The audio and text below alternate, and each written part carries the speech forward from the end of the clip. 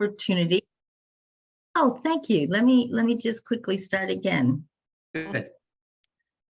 Hi, Good Martha. morning, good afternoon, good evening, buenos días, buenas tardes, buenas noches, bienvenidas y bienvenidos a todos. Welcome to the Loreto Community Latin America Caribbean Committee's Immigration Spotlight. This is a bi-monthly opportunity. Well, we've actually spread it out more, so it is an opportunity to explore emerging issues and challenges regarding immigration, featuring people working for immigration justice. Now we have them 4 to 5 times a year. It used to be bi-monthly, especially during, the COVID period. But now we have them scheduled, the next one in April, the last Friday of April, and then in July and October. But as issues emerge, we schedule immigration spotlights to bring you information that is pertinent to our community. I'm Rosa Lizardi. I am one of the members of the Latin American Caribbean Committee. And to start, we will just reflect, say a prayer, gather our thoughts, focused on the experience of migrants.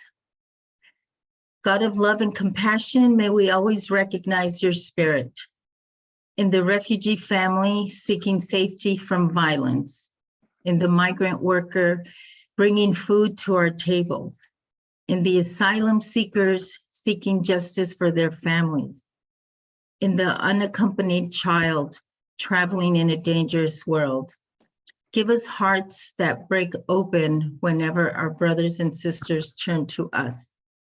Give us hearts that no longer turn deaf to their voices in times of need. Give us eyes to recognize a moment for grace instead of a threat. Give us voices that fail to remain silent, but which decide instead to advocate prophetically. Give us hands that reach out and welcome, but also in work for a world of justice until all homelands are safe and secure. Amen. Let it be so.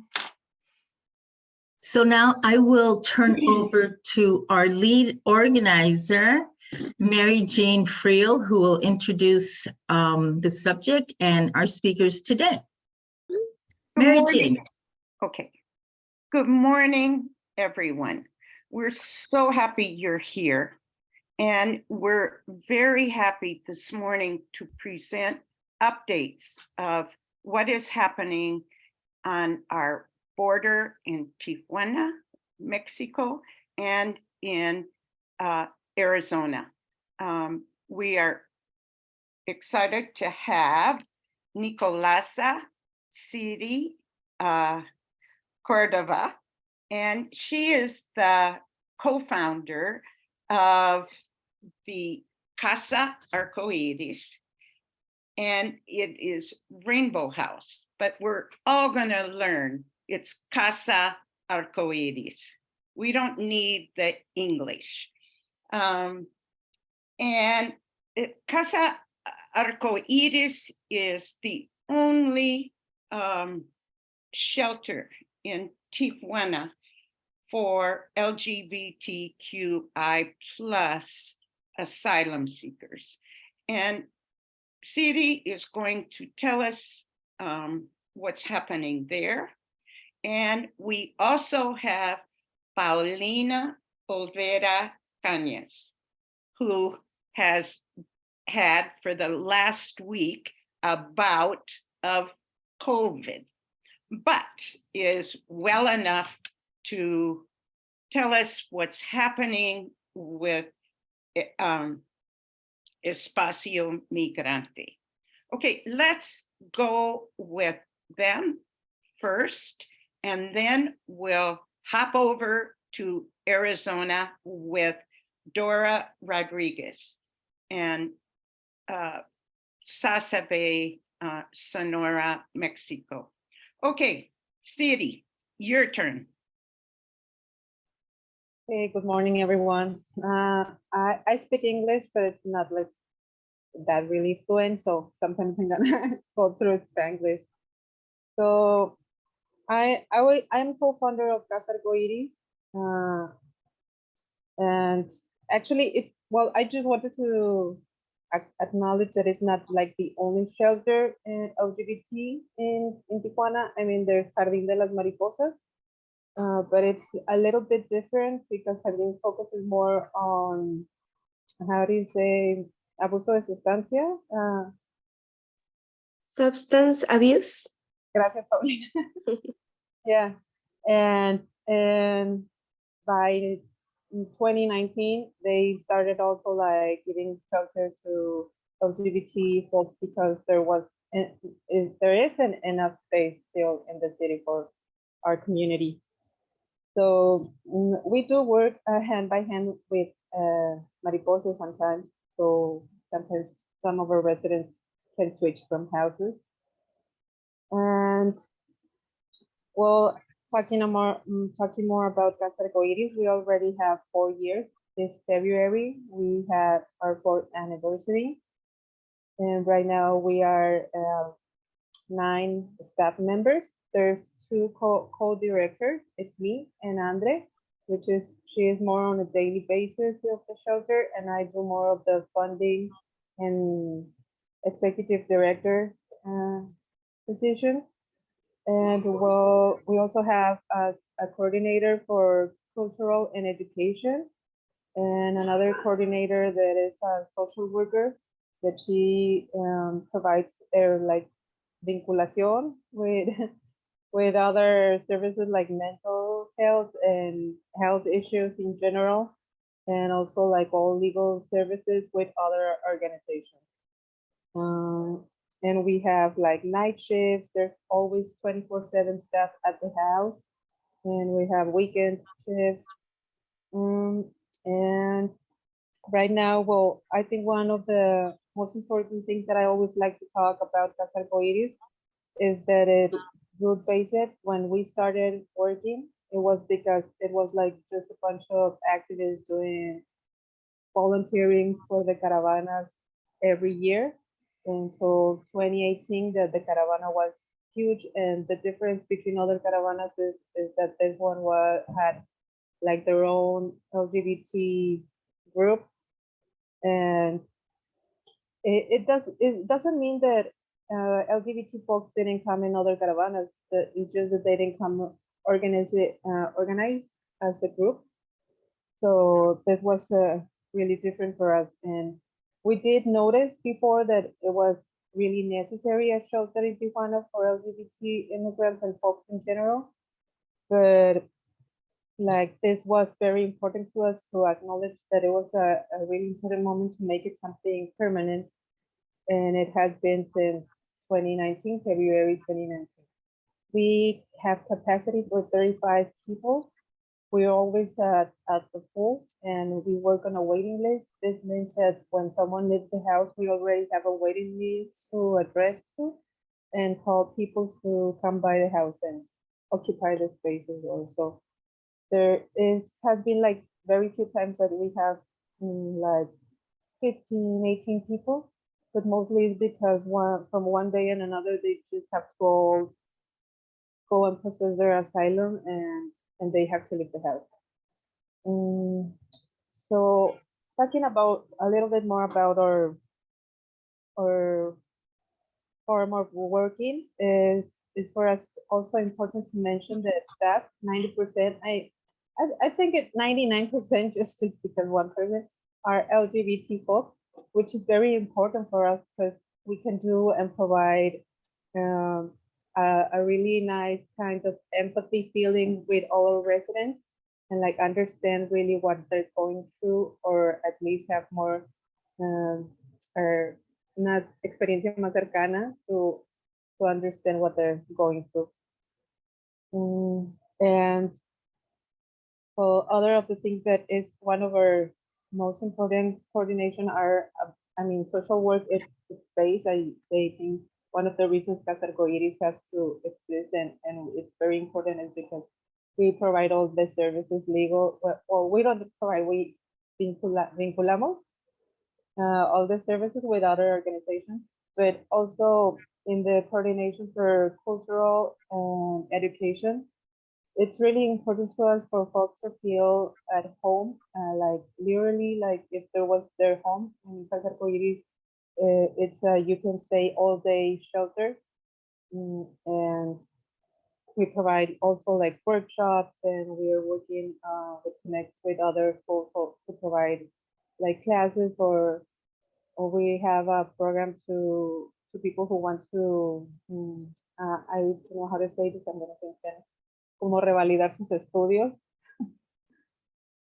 Validate their studies.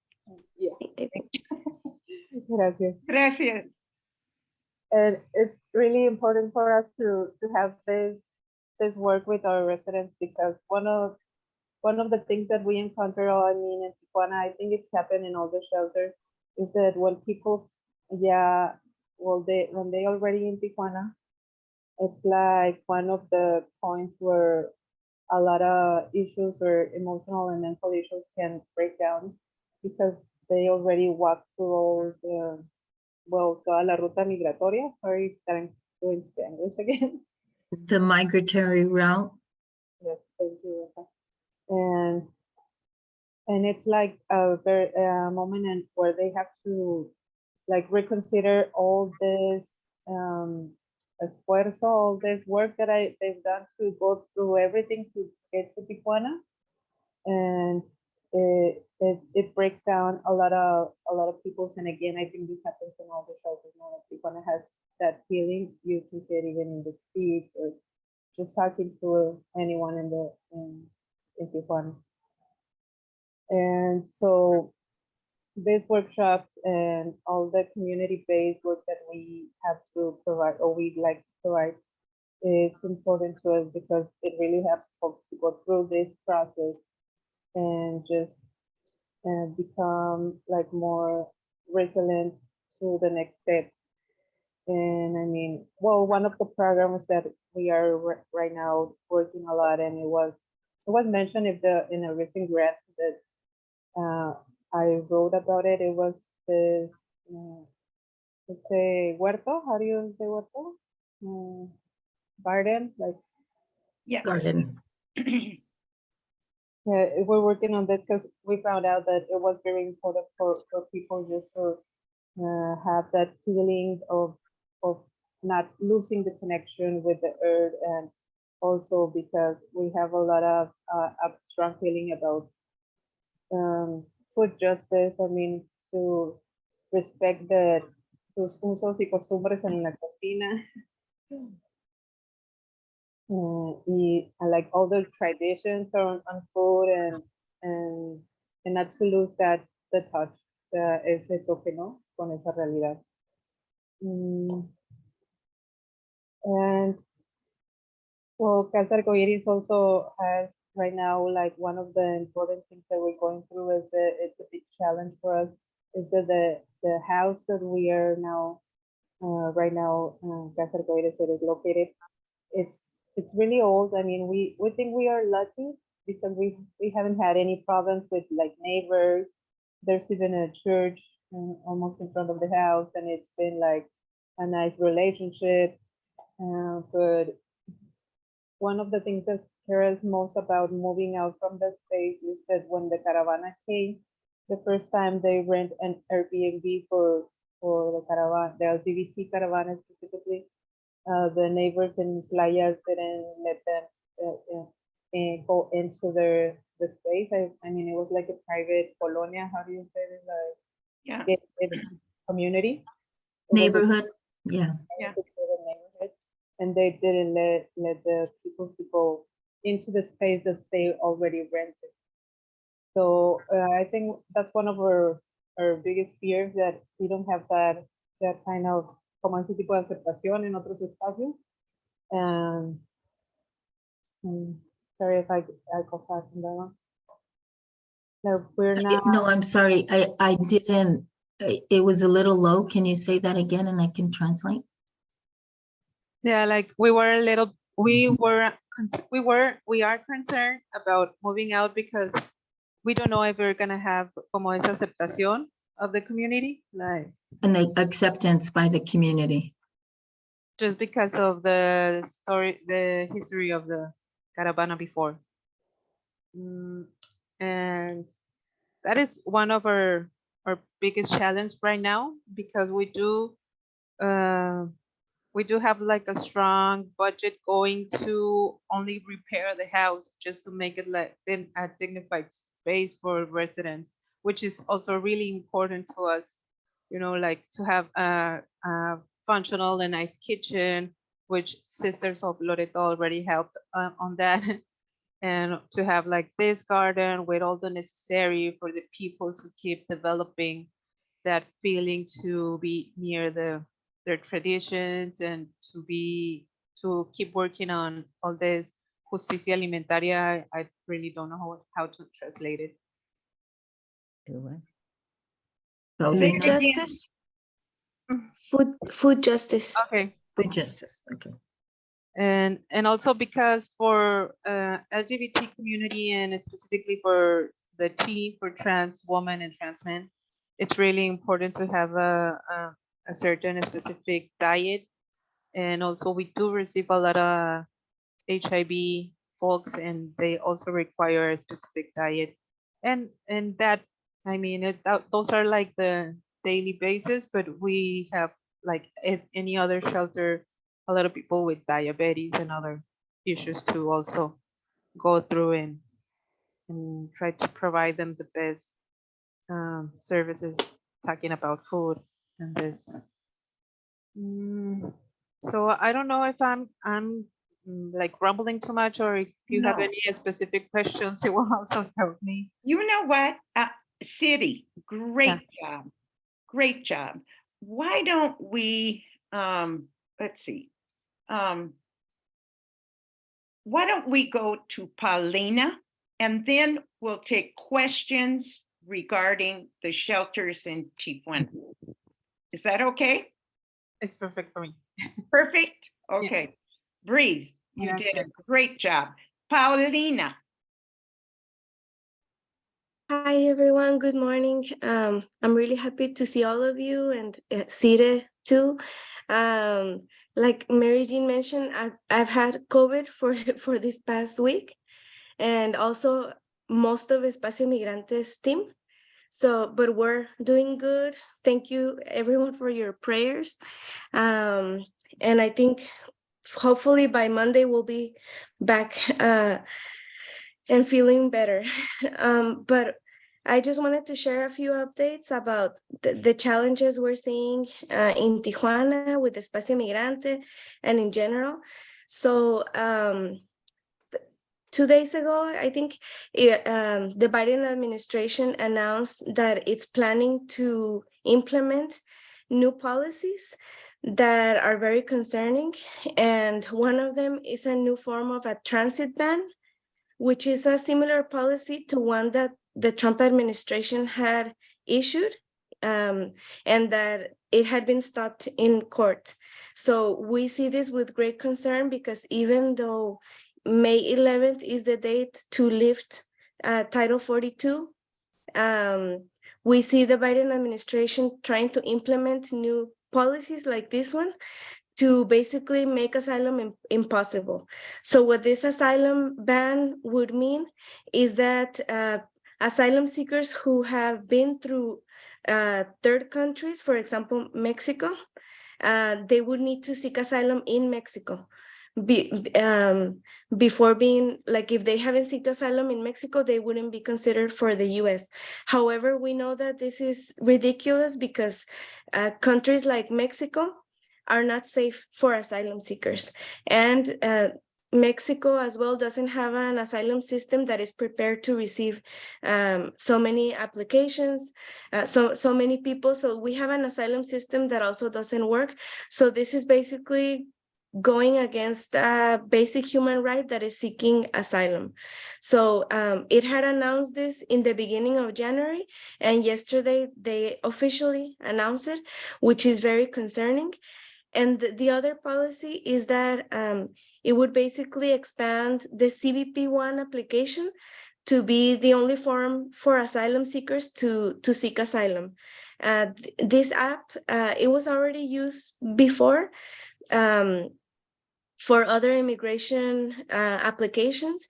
It had been also used for Title 42 exceptions by some organizations, but this year it became the only way for asylum seekers to seek any Title 42 exceptions.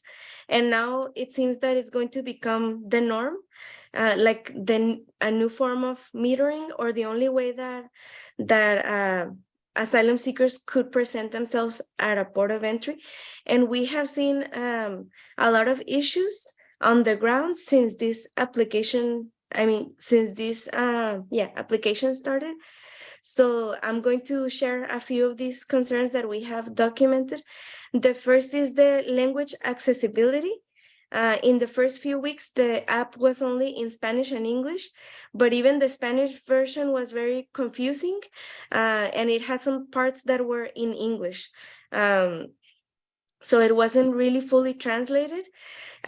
Recently, they just brought the Creole version as well, but we have still to see if there's any issues with that one. But there's many communities that speak many different languages. For example, we work a lot with African families. So for example, in our shelter, we've had in these last months families from Cameroon who only speak French, and they haven't been able to understand the app. And that's only the families in our shelter, but we also hear families from Cameroon, Angola, Congo, different African countries who don't have access in their language. And this is also a problem for people who speak in indigenous languages, for example. So there's no language accessibility. And also many people don't have a smartphone or don't know how to use it. Many versions of the smartphone are not compatible with the app.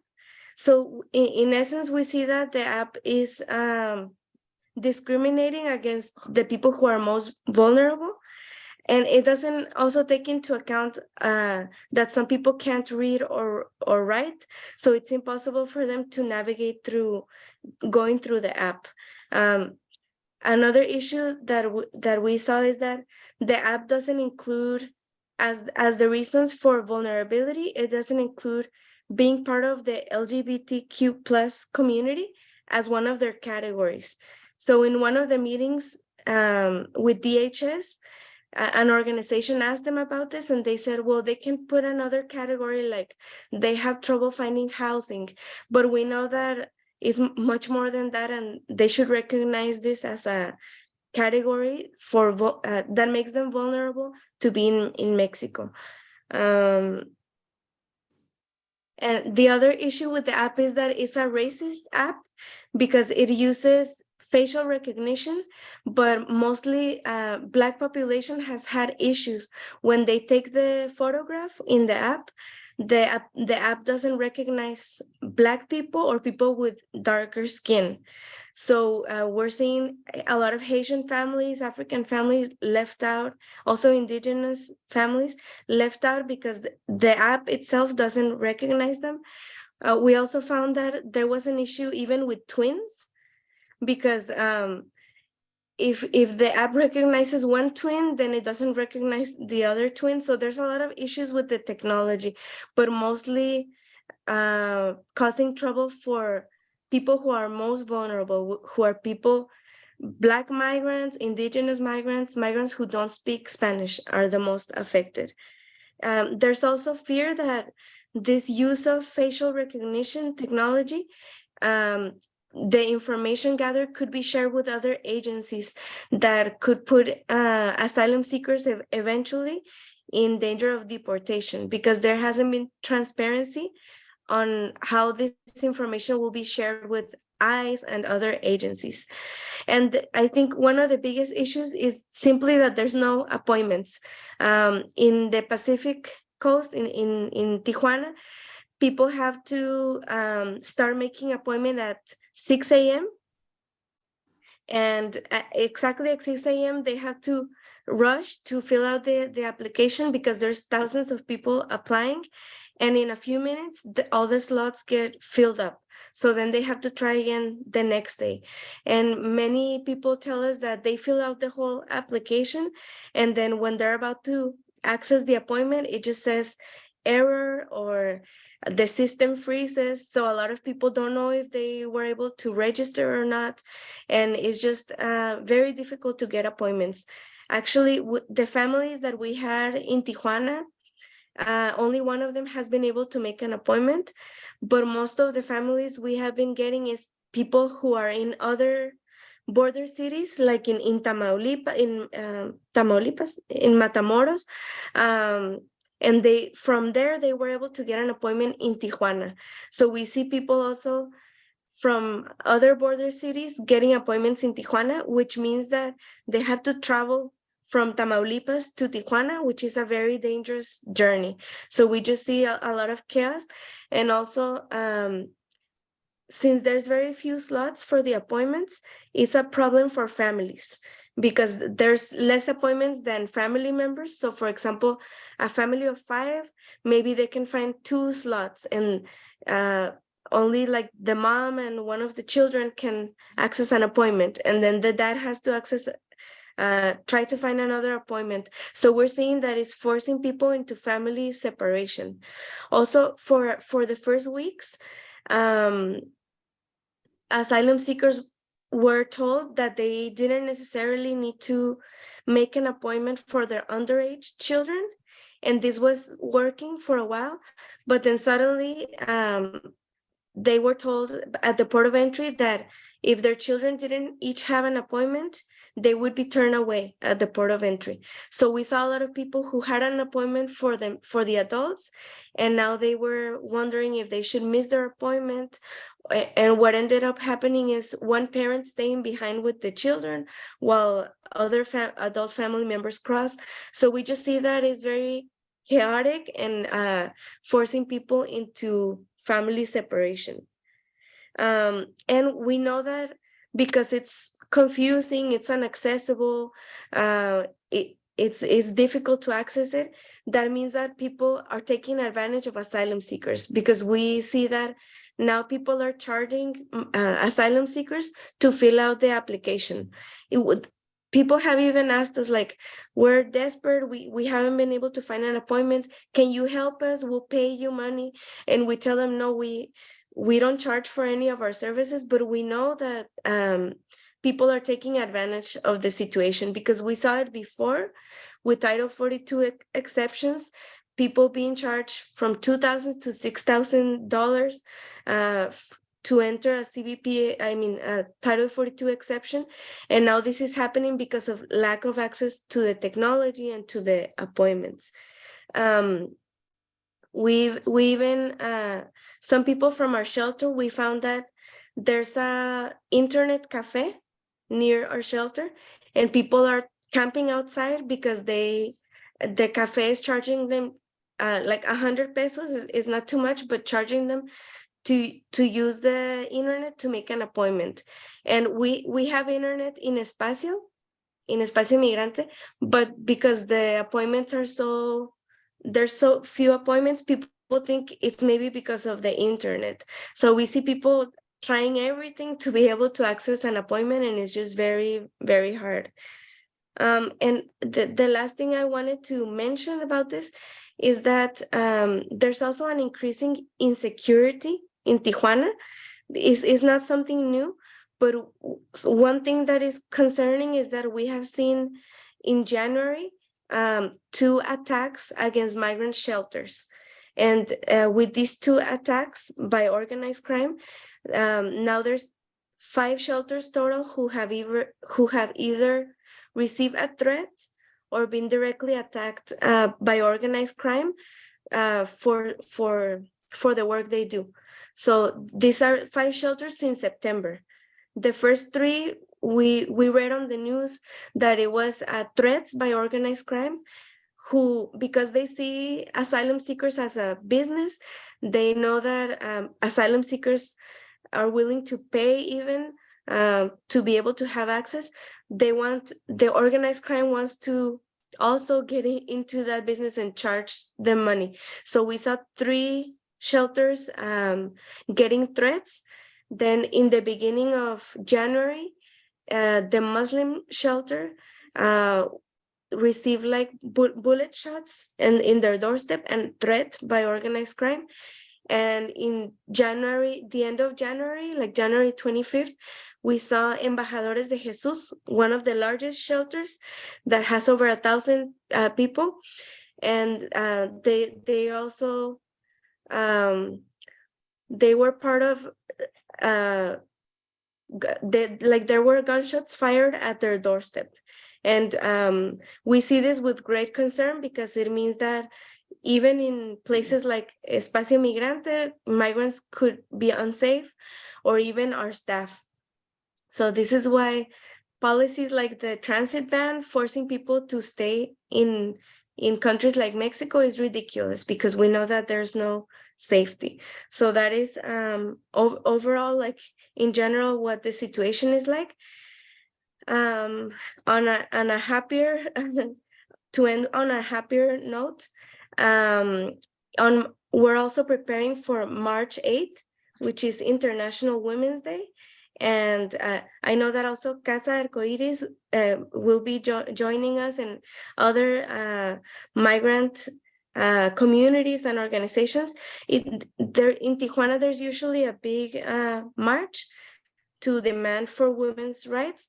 And we usually invite women in our shelter, but also with them to see what are their experiences and demands, what they want to express in the march. And also, hopefully, we'll be making posters to take to the march. So this will be on March 8th. And the other 2 things I want to share is that one of our so I think most of you know Jessie and Jessica, the twin sisters who work as organizers with us. So Jessica right now is in Mexico City because she's part of a peace summit in Mexico City. And this is a summit that is organized by organizations and community leaders in Mexico, the US, and Canada. So she's representing Espacio Migrante and also her community in Mexico City right now. And like I was sharing with Mary Jean, we think it's very important that migrants themselves are like ambassadors for their own issues. And so we're very happy that Jessica was able to go. And the other news is that her twin sister, Jessie, and myself, we were invited to a hearing on March 7th in Los Angeles. And it's a hearing from the Inter-American Commission of Human Rights. They will, Jessie will be the speaker actually, and she will talk about institutional racism towards Black migrants in Mexico. So she's also preparing for that. We're helping her because she will only get like 5 minutes to talk about all the issues. And the second thing is that she doesn't have a visa for the US. So because we have an invitation to this event, she requested an emergency visa, and she has her appointment on March 1st. So we're hoping really that she can get that visa, because she's the one that should be there talking and sharing her testimony and talking about the issues in her community. So we're excited about that. And I think that's all the updates I have. I don't know if there's any questions. And thank you for the space. Okay, Paulina, thank you very much. And now we'll take questions, but also for new people who have not seen Jessie or Jessica. They are migrants from Haiti. And they work with Haitians and Africans in Tijuana. Okay, what about questions for either Cire or Paulina?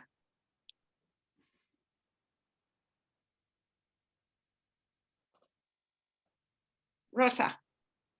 Okay, well, I just saw Connie put her hand up, so let's good. have some Thank of you. our guests first.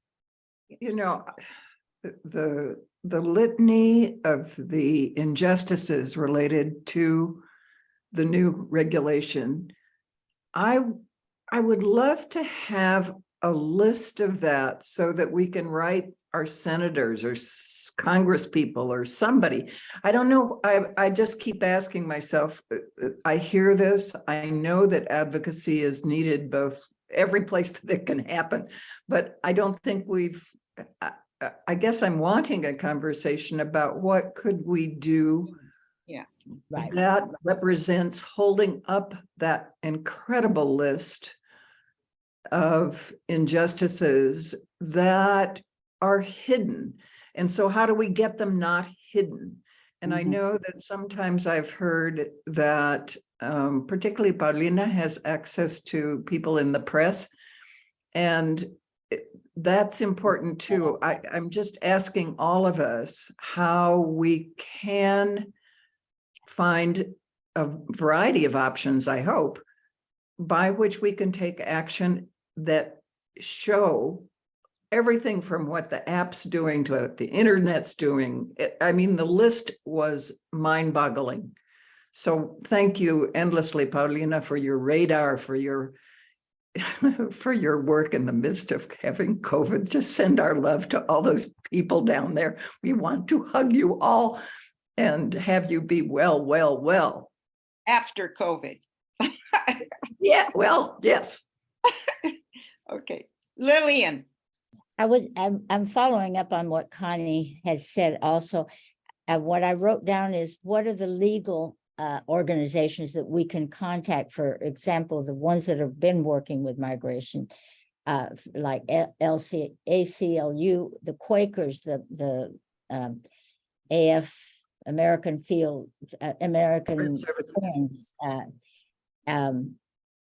and those who are, get those people involved in bringing this forward, even to the point of asking for something to go on before the Senate. And well, the Senate scares me, but the House right now, to bring them before, and so that we can voice our outrage through them that have already communications, as well as our own selves writing letters. So that was just a piggyback on Connie's, really, an extension. I want to mention that there's two senators that well, at least one that already published a letter. I think is Senator Markey, but I feel like I don't know, Mary Jean, if he's one that we met with in DC or not. But I saw that, like, I'll share the information with Mary Jean. But there Who's was the other one, Paulina? and the other one is Garcia, and he's from Illinois. And Garcia actually invited a few organizations for us to give feedback. And so we're happy that they're doing that. But I think that also it'd be great if Loreto also had a letter, or other organizations, because those letters don't really also talk about what is happening in for example, in Tijuana. Like, I think it leaves out the part that Tijuana and other cities in Mexico are not safe. And for like, for example, what is happening with attacks even to shelters, or all the violence we see. This is why we can't have asylum seekers waiting in Mexico. But I know that those two senators, one already sent the letter, Markey, and the other one, I don't know, but I was invited to one of the meetings, and I know he's sending, it's Garcia from Illinois. Yeah. I don't know if it's senator or Congress, but he's a legislator. Yeah, but senators are important. Senators are important for that. Yeah. Representative. I know that Senator Kelly is sending his top representative to Sasabe and Kino border in Nogales and in Sasabe, Sonora, with Bob and Dora. So, Rosa. Thank you, Mary Jane. And thank you so much, Sida, Nico, and Paulina, for joining us. Paulina, you've been on before, but Sida, thank you so much for joining us your first time. You know, this information is so important to bring to the community. And it does have ripple effect because it also spreads into different spaces. And I do want to mention, I mean, the great need that you highlighted, Sida, for LGBTQI plus persons is so real, you know, and just knowing the discrimination and homophobia that they face, aside from, you know, just family cultural stuff that they go through. Paulina, just to highlight some of the points you mentioned regarding technology and the access to technology, or the lack of access to technology, and how there are some major drawbacks to the use of technology right now. And the work that I'm doing with the UN Commission on the Status of Women, the priority theme for that is innovation and technological change and education in the digital age. For, you know, this is for achieving gender equality and women's empowerment and people's empowerment. So those are really pertinent issues that I would hope that you would bring into that space in the commission, which starts on March 6th. I can contact you bilaterally about that. But that is just such really, you know, interesting information to bring forward, because only those who would really need to get into the application or on the apps would have those problems and know those, and you're bringing them, you're raising them in here so that we can have that ripple effect and bring them to other spaces. And then my last thing is just a question. I just saw a post from a colleague, Fidel Moreira, who was on our Immigration Spotlight. He's from Nicaragua, that AMLO, the Mexican president, Andrés Manuel López Obrador, was going to be opening doors to Nicaraguenses who were persecuted by the Ortega regime. And I'm wondering if you've heard anything more about that and what the implications might mean. Thank you. Rosa, no, I wasn't aware of that, of the announcement for Nicaraguenses. I know that with the Title 42 expansion, Nicaragua was one of the countries that Mexico is willing to take in, but not in a positive way, because it means that Nicaraguans now are subject to Title 42, and Mexico is willing to take them. The problem with Mexico taking people kicked out by Title 42 is that Mexico doesn't give them documents or guarantee them anything. It just takes them back, but they are left undocumented and many times also persecuted by Mexican immigration. And I know that, for example, now with the transit ban that Biden is trying to implement, they said that Mexico is also willing to accept more people in its territory, but that's not necessarily positive, because it means more people stuck in Mexico without any certainty, without any documents. And what it's creating is that only asylum seekers who have access to a passport, to a US sponsored, maybe who have more resources, they'll be able to apply for asylum. While people who don't have this, don't have access to technology, are stuck in Mexico or in other places. But I'm not aware of the new policy for Nicaraguenses. Okay. Thank Any you. other ideas about what Mary Jane? we, I have a question. yeah, can do? And Paulina, maybe you can answer this. When I heard about this new policy that the Biden administration is saying that you cannot apply for asylum in the US unless you have applied in a country through which you have transited. I guess that means Mexico for many of our migrants. And my question is Mexico any better than we are in granting asylum? Or do they have the same very low numbers that we do? I think before 2016, Mexico's asylum system was very small because we were mainly a transit country.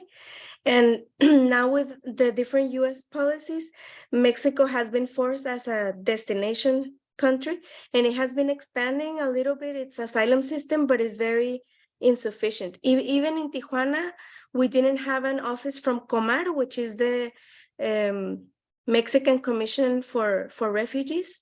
And like a few years ago, we got the office, but there's like limited staff.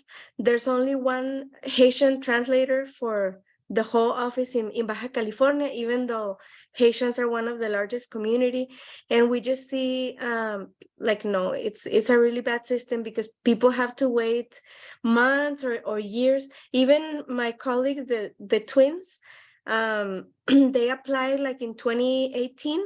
And then last year, because we were pressuring Comar and calling, they finally got their documents, which had been lost in the system. So really it's an inefficient system. And yeah, I don't know compared to the US, but I think the US has had a longer history and capacity of receiving refugees than Mexico. So if a migrant applies for asylum in Mexico, they have to go through the entire process, and if their asylum request is denied, can they then enter the US to apply for asylum as a part of this new policy? Good question. I'm not an attorney, but from what I read in the news, they would need to show proof that they were denied. So from what I read, yes, but I think it's so confusing that really we need attorneys to help us figure it out. For example, this on March 1st, we're having IMDEF, which is a legal organization of attorneys. They're coming to Tijuana to our shelter to help people, to inform people and help them fill out the application. But it's confusing. We try not to give legal orientation because we're not US attorneys. Right. Thank you. Thank you. Okay. Okay, Uh, Paulina, okay, Mary Ellen. This might be a little naive of me to say this because I'm not sure, but it seems to me, I don't want to lay any more work on LACC because you do so much, but you're the ones who have more information than the rest of us. And I was just trying to follow up with what Connie and Lily had said about our need to really push the senators to do something about this. I mean, we have that power and we need to use it. And so I'm wondering if LACC could form a letter, just a letter to the community and link community and ask for to outline all these grievances that the asylum seekers have that they can't get documented and so forth, and then have each of us sign it in some way. I don't know how that would work, but or we can then use that letter to write our own letters to, but some way that is a system that will involve the Loretto community, we would be very willing to do that, I'm sure. It's just that we don't have that information at our fingertips. So anyway, that's a Thanks, thought that I Mary had. Ellen. That is Right.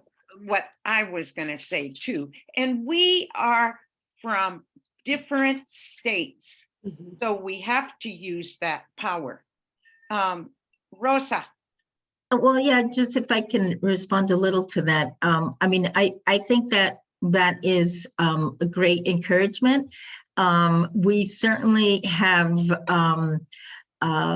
mentioned that in our dialogue. How do we move from addressing some of these more basic needs and services of our partners to more to advocacy? And yes, it probably would involve, more staff help, but really identifying where we can make an impact. Right now we're really focused on helping fundraise. For example, with City, we're collaborating with Arcoiris on one of these special needs grants, because they're really their center is unique, and it's right now in the foundation aspect, where it does need support because it's in the growing period. But then how do we move to more advocacy? And we, with that trip, that march on Washington a couple of years ago, with the Poor People's Campaign, where Paulina was present, Dora Rodriguez was present, Bob Key, and LACC members, that kind of made an entry road into getting back in touch with the advocacy part. And we made some partners there that we hope to be able to be members or affiliates with some of these organizations, and be able to, in a sense, multiply our work through partner organizations who are doing specific advocacy. But I think that your suggestion is well taken and well noted. And there's a lot of need right now, and a lot of emerging issues, which is why we're bringing this immigration spotlight information to you. Right. Carolyn, you have your hand up. Yes, thank you. I also wanted to expand on what Mary Ellen suggested. And what about doing some type of a postcard blitz to different senators? If, I would be glad to donate some money so that some postcards could be printed and we could sign them, give them to our neighbors and people, that we have friends with here in our own backyards, and to get to the senators or to whoever you think would be, the best person. I also, I think we need maybe to send some postcards to network to the people there that, that are lobbyists, that Right. Could get this on their agenda. Really, make it a real focus for them. That's what I was thinking too, Carolyn. Also, the UU Church does a lot of work. Yes. Se me fue la cabeza. Mm-hmm. Yeah, there are a few who work very strongly. The Quakers work a lot on that. So make sure they're aware of that. Yeah. My thought is that these different groups that we're mentioning, I can almost guarantee us that they're all aware of it, because we're all tracking what's happening in this space. And Network is an organization that I was indeed thinking of, because they have the ability to set up lobbying appointments with senators and representatives and their staffs. And we have the ability to make Paulina and Nicolasa and Bob Key and Dora available for Zoom advocacy visits to senators. And I think now's the time. We've done some of that. And I think now's the time Yeah, but for us to get I, in touch with Network and suggest that we do that again on this particular issue. and I don't want us to lose the letter or a postcard blitz. You know, sure. And another thing is, I don't think they understand how our advocacy partners, how important this is, of what it's doing in like Tijuana, what it's doing to the human beings there. You know, they can talk, but I think there's an urgency here, and I think we have to grab it. We have to, That transit ban's gonna come into fruition. It's gonna. right, right. Locally, we write one letter, which can be changed if necessary by the individual, and we do we do it locally, and we've actually stopped a water issue here because so many people have written in. So it's important. They want individuals. Paulina, what are you thinking right now? Or Nico? I think the letter is a good idea. I can send you like what I shared today, Okay, like just bullet points of what we see. And I'm gonna talk to Stacy. She's the shelter coordinator. She's there every day, and she's the one who is in contact with all the families and sees everything happening. So I'll try to send Mary Jean at least bullet points, like a list of the things that we see about CBP1. Excellent. Add a link on where they could get, like if we did postcards, that could include a link so they could get more information. But the postcard could just be an alert kind of a thing. and it could be fast. Mhm. That's the thing about a postcard. I mean, if you sent me a postcard, I could take it to Office Depot or someplace like that, get it printed up, hand it out to my little friends here in Pacifica, and we could send it to Alex Padilla or whoever. I mean, he hasn't done much, I don't think. Yeah, what about Kamala? She's, Kamala Harris. I mean, and this is we could send it to California. whoever, you know. We have a good Hispanic chamber here too. Look to the Hispanic chambers, chamber. So that'd be good. They're active. So Mary Jean, one of my thoughts would be, can you please, like when Paulina sends the listado, the bullet points, can you just send them to all of us so that we can, I will do something with whatever I can do from here, but because I think my geography is a little different, but my heart's in the same place, so I'm going to figure out something else to do with it. Okay, good. All right, Siri, did you wanna, oh, I lost. I'm here.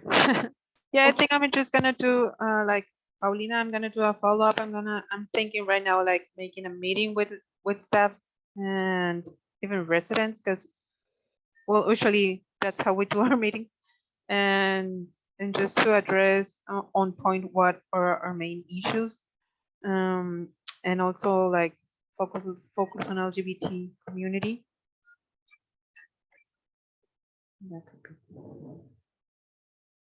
Okay. All right. Anything else before? Pat Just McCormick has her very- hand up. Oh, Oh, thanks. Pat, yeah. And then no.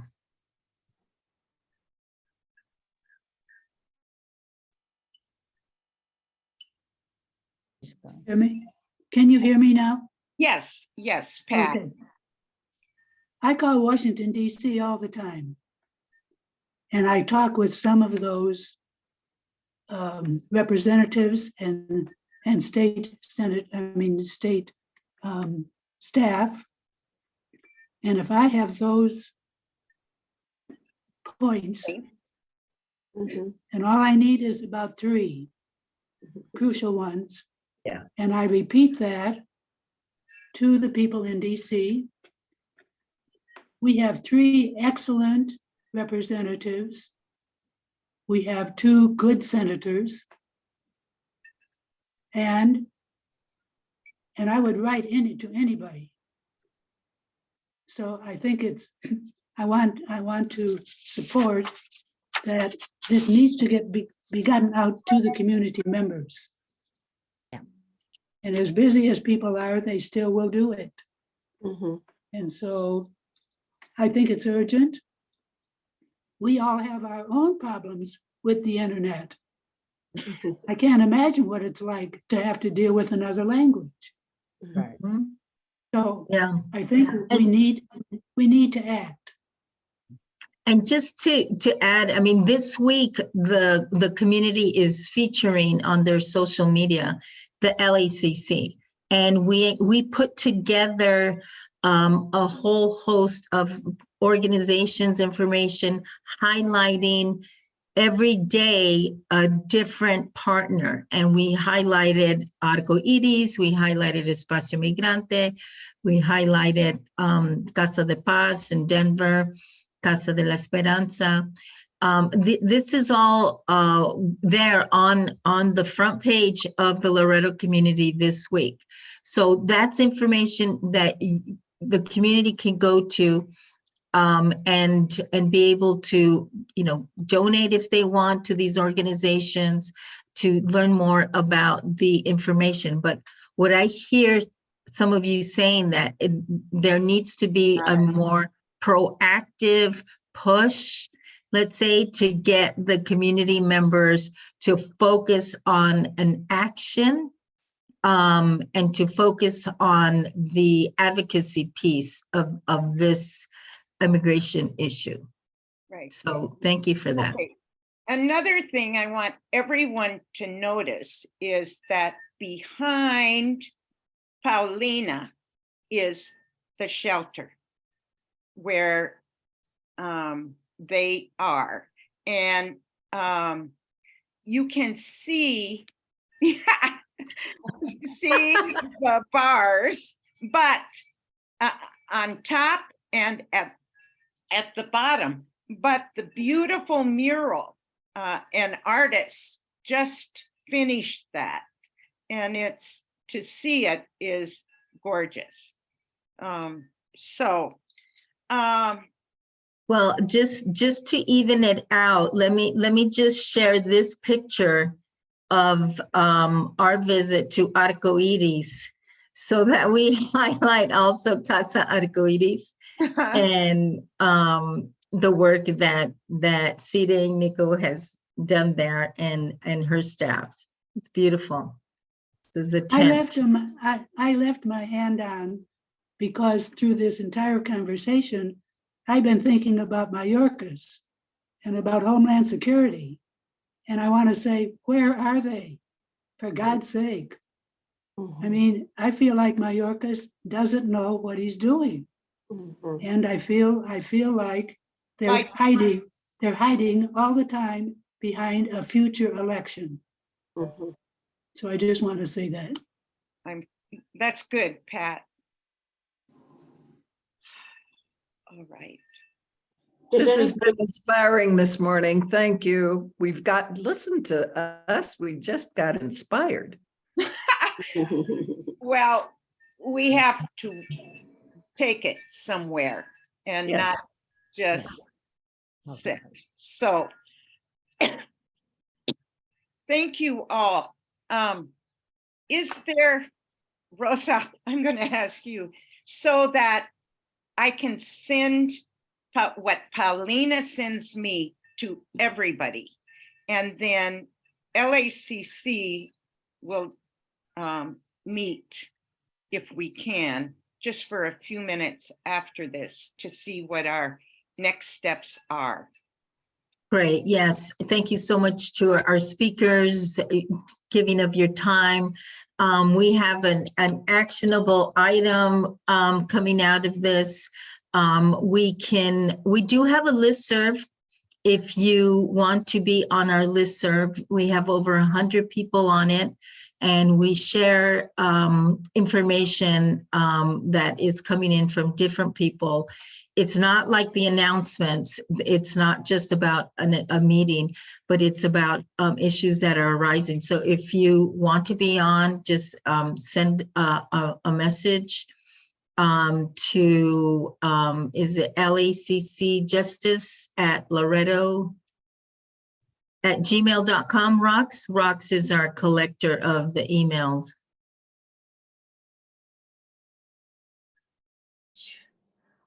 No, it's not. And I'm gonna Okay. look real quick to see All what. right. And we can put it in the chat. So if you want to sign on to our listserv, I think most of you are on, and to receive information and follow-up information to this as you requested. So thank you very much for joining today. Thank you to our speakers once again, Cire Cordova and Paulina. Thank you for being such great partners with us, and we'll be in touch. And adelante. Thank you so much. Thank you, Becky, for hanging in from From afar. England, yeah. Carolyn, you had your hand up. Do you have a comment you want to make to us? For Just- those of us who are still just- on? Yeah, I'm just wondering, does anybody have any connection to any of the press? That we could talk to or send those letter or points to? Just throwing You know that who out. does is Dora. Yeah, I think Dora is being interviewed as we speak. Oh, good. And Excellent. so Thank you. I will be in touch with her in about an hour. So, and Excellent. she, okay.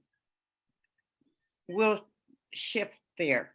Okay, thanks, Carolyn. Thank you. Thank And you. Francesca, you just sent a note to the chat room. I don't think I know you. Can you tell us a little bit about yourself? Sorry, I was kind of just listening the whole time. Welcome. Thank That's you. okay. Welcome. My name is Francesca. I got connected to this because I'm close friends with Rebecca. And so she sent me the link. I've heard a lot about the work you guys have been doing. And in about a month, I'm actually going to DC to work as a caseworker, specifically for the migrants who are being bused to DC, like from Texas and Arizona. So I really appreciated listening to the speakers and all of your thoughts. And it's very heartening to hear that a bunch of people care about this and have these coalitions across, the country and different countries. So thanks for letting me kind of just be a little bit of an observer today. Absolutely. And you're welcome to come anytime. I hope you're on our Google group. I am not. And we want to hear what's going on in DC too, Right. so come You back. can be our person in DC, right? Yeah. Hopefully. Thank you. So sign up for the LACC listserv where we send out all Okay. kinds of information, and And we and love to stay Sally? in touch with you. Wonderful. Thank you. Sally, rock. Yes. There we go. That email is LorettoLACC@gmail. LorettoLACC@gmail. So just send a note there saying, Send and that you'll be to, added and I'll to the get list. that, and then I'll send you an invitation. I'll add you, and then you'll get a note saying you've been added. Wonderful. Thank you so Right. much. That's simple. That was good. And Connie, Okay. Thank you, everyone. Thank